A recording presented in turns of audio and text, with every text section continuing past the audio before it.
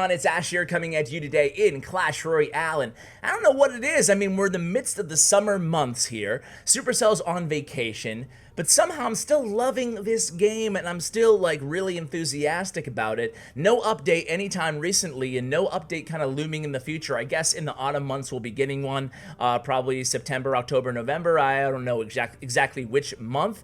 Hopefully September, and I still want to see those new tournament level standards. Who knows about heroes? Like, I don't even know where we stand in terms of update cycle and what the team is working on right now. Maybe we'll kind of get caught up as they come back from holiday. But regardless of that, I'm still feeling the game. I'm still loving the game. I'm still loving YouTubing. I'm still passionate about the game.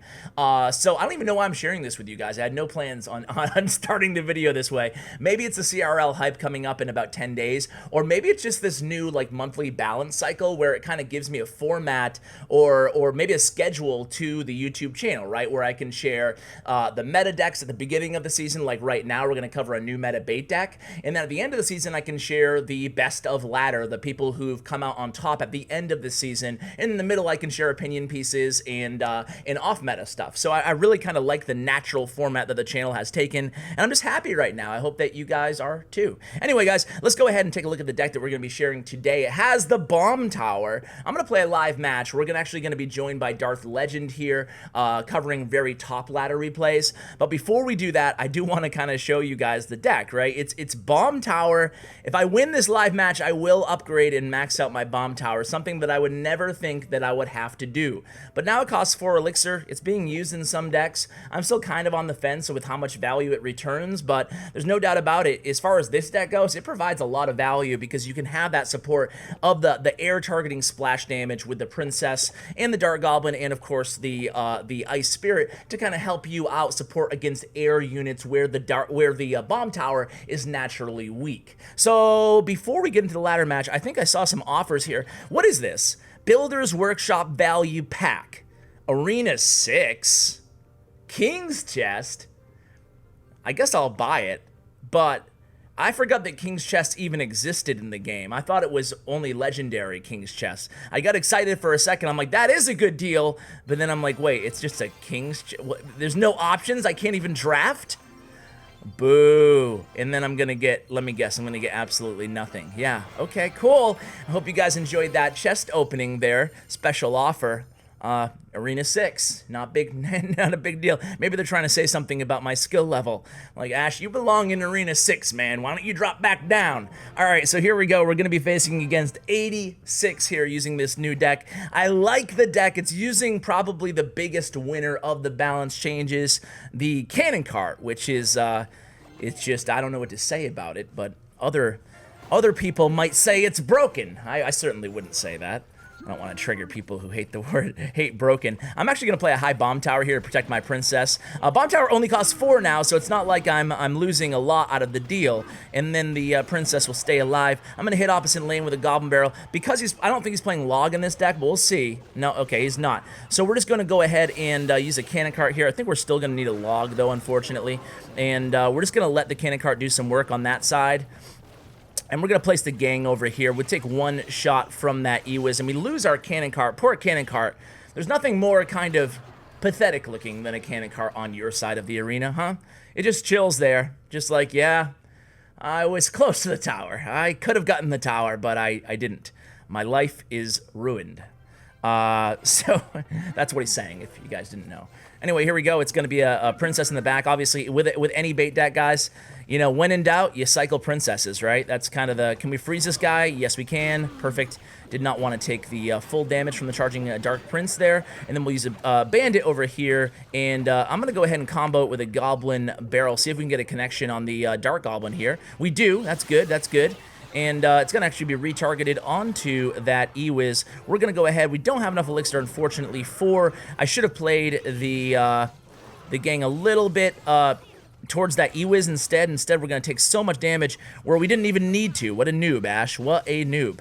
So hopefully we don't, like, lose the tower here. Man, we took probably, what, 400, 500, 600 damage that we didn't need to there just by not killing the Ewiz first with our Goblin Gang and placing it too low. It's mistakes like that that will really cost you a game, guys, you know? I'm actually going to put some pressure here in the opposite lane, knowing that he does not have his does not have log, so like he'll have to devote a lot of elixir to stopping that. And he's actually gonna go ahead and all right, I'm gonna play a high. Can I get? No, man. I didn't want that mega minion to lock onto the tower. It does, so he essentially takes my left tower here. Not what we're looking for. He might poison here on the left. We're gonna have to put like a really strong pressure push here in the left. It's going to be a cannon cart goblin barrel, and he actually makes a mistake there, I think, using the Dark Prince in the right.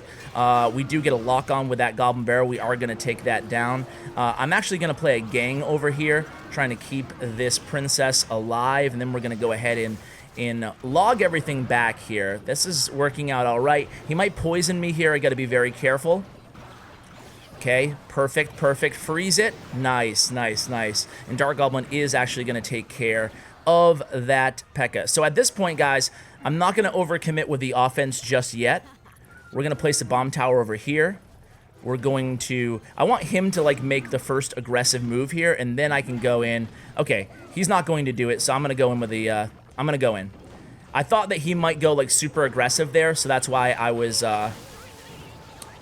I wasn't going super aggressive, but even despite that early mistake here, guys, we might be able to pull this off. I'm going to play again, freeze that over there, really important. I'm going to play a gang to the right side of the tower here, guys. That's going to help clean all this up, and then we're going to have to log here, and we're going to have to Dart Gobbo, and then actually we're going to need... Ooh, that was a really nice E-Wiz on his part.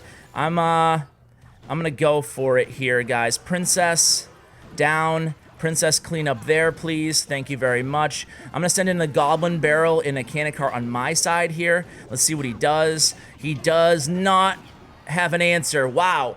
So... It's funny, some of you guys... Oh, you know what? You know why I sucked there, guys? Is because I didn't use the hog emotes properly. Well played. Let me make sure he knows I'm joking, but I have to use these. I mean, are you kidding me? Are you kidding me? This is a fun deck to play, guys. I think you guys are going to enjoy it. Now let's go to the actual really good gameplay here. I've actually been beating a lot of players here who are 20-game winners, high on ladder. So Aussie CR here, certainly a good player.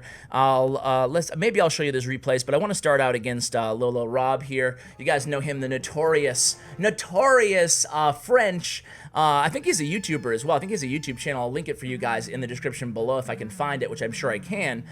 He's notorious for playing the Graveyard Freeze decks, and he's a really good player. I've had him on the channel quite a few times now. Good guy, too. So, Lolo Rob at the top playing the new and improved version of his Graveyard Freeze with the Inferno Tower. Interesting, huh? It's funny to talk about the Inferno Tower versus the Inferno Dragon versus cards like Tesla and Bomb Tower, right? I mean... Which is the best defensive option right now? It's too early to tell definitively, but I'm liking the Bomb Tower if you have the splash damage in your deck. Now you're going to see that DarthLegend plays this a lot differently than I do. He plays it much more aggressively. By the way, shout out to Nova EG Fam, of course, in DarthLegend in particular, obviously the subject of today's video. He plays his deck very aggressively. He's going to use even a Bomb Tower here straight up versus this bowler. Probably a little bit messed up the timing there, but either way, the Bomb Tower will actually counter the bowler. He won't get a hit on that tower, I don't think. Willie? Willie? Okay, the log will help out. Well... with the log. That's a -1 elixir trade. And here comes the first graveyard coming down on the left. Beautiful thing about the Dart Goblin and the gang is it does very well against graveyard in this graveyard heavy meta right now, guys. You can space out properly and always avoid either the poison or the freeze in this case. And it's going to put Lolo Rob in a really precarious situation where he's not going to have a good 1-2 punch because he can never freeze everything. That's the problem with freeze, right? You can have that precision timing, but having precision placement doesn't help you out when your opponent's able to spread the court, so to speak, in basketball lingo, you know? You can have the Princess set up behind the King Tower. You can have the Dart Goblin played in front of the King Tower. You can have the gang played to the other side of the tower. And you can see you're using the Cannon Cart and the Bomb Tower strategically here. And you can use these cards, Cannon Cart and Bomb Tower, obviously against Beatdown as well. It gives this deck an extra strong kind of element against both Bridge Spam and Beatdown decks where you can have that Bomb Tower. Actually, I played a couple Lava Loon decks too with this deck on ladder, and I've had great success again with it because what you can do is spread out your air targeting troops and then you can use your bomb tower. Actually does a pretty good job just biding you time and distracting that balloon, and you can actually cycle to 2 bomb towers. That's something that I normally do. They drop that lava hound, I'll place a bomb tower, and then by the time they get to their balloon, I can pull that balloon to opposite lane with a second bomb tower. In the meantime, I'm always cycling more princesses and more dart goblins. This kind of a deck, and I've shared a dart goblin deck that was a bait deck too recently, and this is a type of deck where you can always just keep stacking up princesses, especially if they're not willing to use their big spell against a princess. Just kind of a PSA for you guys, if you're playing against bait and you don't want to use your log against the princess, use your big spell against the princess, use your poison, use your fireball, because allowing a bait player to stack up princesses is probably the worst thing that you can possibly do. So here comes the freeze. It actually does connect, but again, the Goblin Gang timing was just perfect there, and you can see Lolo Rob is actually in the lead so far into the match. We're going to try to push that bowler back. Unfortunately, we do lose that Dart Goblin in the process. You can see all these emotes, these spectator emotes going crazy. Yes, I mentioned it last video, but I'll mention it again. The new hog emotes are my favorite of all time.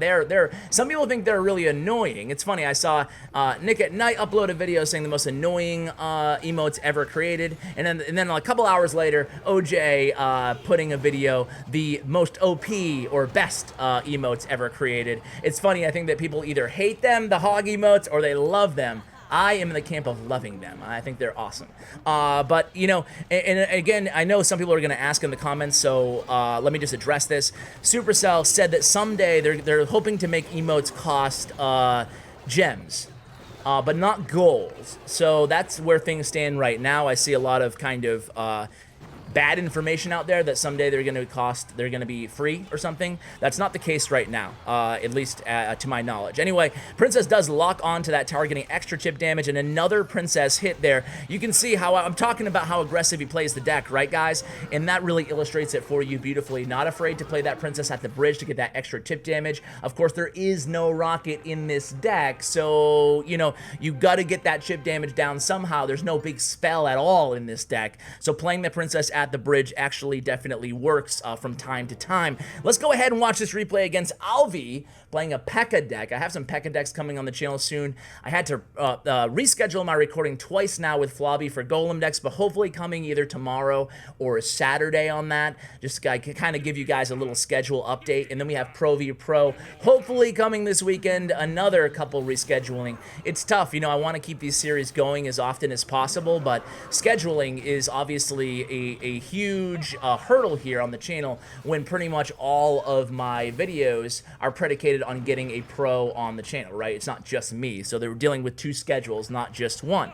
Anyway, let's go to this this matchup here. Alvi coming through with some hot BM at the beginning of the match, and now it looks like he's throwing some thumbs up. Alvi, obviously a really good player in his own right. And here we go. It's going to be a P.E.K.K.A in the back for Alvi, along with that E-Wiz. I like this P.E.K.K.A Dart Goblin deck, and I'm a big fan of Zappies. So overall, kind of a cool control hybrid bridge spam deck with the Battle Ram being the main win condition, along with a Bandit for Alvi. And here we go. It's going to be a Cannon Cart and beautiful Goblin Gang timing. That's going to cause that Cannon Cart to stay alive there, guys. Cannon Cart finishes off that P.E.K.K.A, and now we have a Cannon Cart free in the left lane. Now, when your opponent does not have log, such as Alvi here in this deck, you can be much more aggressive with all of your log bait cards. I mean, it's a huge advantage to you as a bait player. Of course, a lot of you guys probably rocking under-leveled Goblin Barrel, and it doesn't matter to you anyway.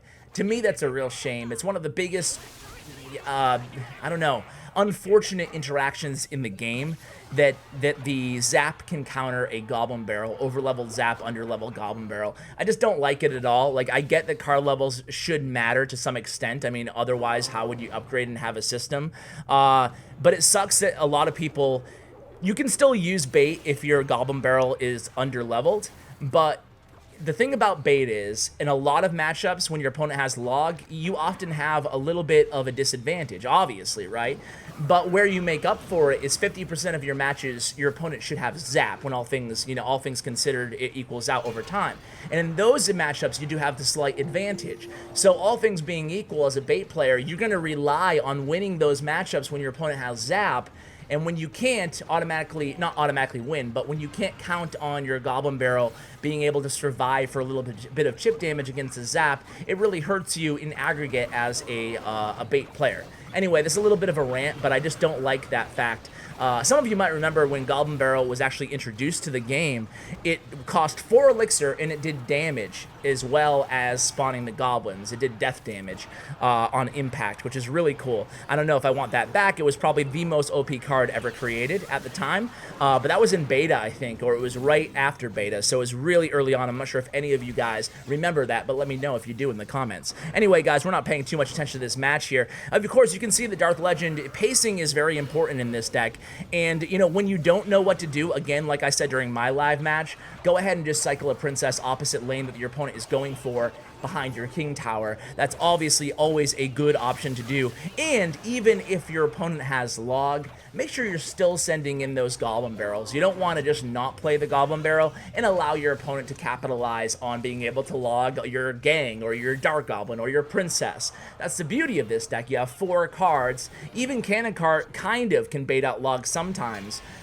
Just people wanting to push it back and buy time because it's so fast moving. Obviously that would not be the ideal play, but you really have 4.5 cards here that can bait out your opponent's log. So bait should never be a problem in this deck. And you can see we're actually making some big progress on that left tower. Here comes a bandit and an E-Wiz and a beautiful gang and Ice Spirit to kind of stymie that entire push, which looked like it could be trouble for a minute there. Here comes the defensive Dart Goblin. It's not going to be enough. Log comes down. Dart Goblin connects to the tower, and that's going to be GG, guys. I do want to show you this this last match. It was a real quick one here, guys, by yours truly, but I do want to show you against this guy here. Let's see. It's against Beatdown again, but this is like, I think that Beatdown is really the easiest matchup for this deck, and, you know, it kind of, you know, goes without saying that yours truly shared 2 Beatdown matchups with you guys, one live and one not. So what we're going to do here is just cycle in the back, see what this guy has, and then we kind of learn he has Mini P.E.K.K.A. Okay, he's playing a Mini P.E.K.K.A, a 3-spell giant deck, I believe. So he has Fireball, Zap, and what does he have? Arrows? Does he have arrows, or is it just 2-spell? My bad. 2-spell. So basically, all we have to do here is defend early on, and he's giving me the smackdown. He's giving me the smackdown, but I connect big there. I don't know why he didn't zap that. Did he end up, Okay, he ends up deciding to try to go all in on the left lane, and he decides to try to sacrifice that right tower. But we can play defense against the biggest beatdown push very easily with this deck. And then after this, he just gives up, right? I mean, he decided to go all in on that left lane. It just didn't work out for him there. And again, guys, you're kind of getting a feel for if you play this, it's weird, right? With a deck like this, you want to start out playing it more conservatively. Once you know which counters they have, then you can start putting the pressure on once you know what they have in hand. I think that bait is one of those archetypes that teaches players to be better because it's really simple, right? I mean, do they have a log? Yes or no? That's the first question you should be asking. Second question you should ask is, okay, what other counters do they have to my squishy units besides log that I need to be aware of? And then all you do is keep track of both of those things and see if you can bait it out, you know, on their offensive sequence, and then you can put pressure on your offensive sequence in response. So that's basically it, you know, and then just getting, and the more you play a deck like this, the more you'll get a feel for it. But I think you guys are really going to enjoy this deck. And hey, guys, I said I would upgrade my bomb tower. Man, I remembered at the very last second, right before I was going to give my Bren Chong shoutouts, I remembered. So all the people who don't watch till the end who say, you never upgrade your bomb tower, I can be like, fast forward to 19 minutes. Man, I did. So there it is, max bomb tower. Oh my god, get ready, ladder, because Ash is coming for you. Guys, thank you so much to DarthLegend, and thank you to you guys for watching. Check out his player stats and profile in the description below. Huge shout out to Bren Chong, my YouTube partner. Check out his information as well. Thank you for watching, and as always, take care, guys.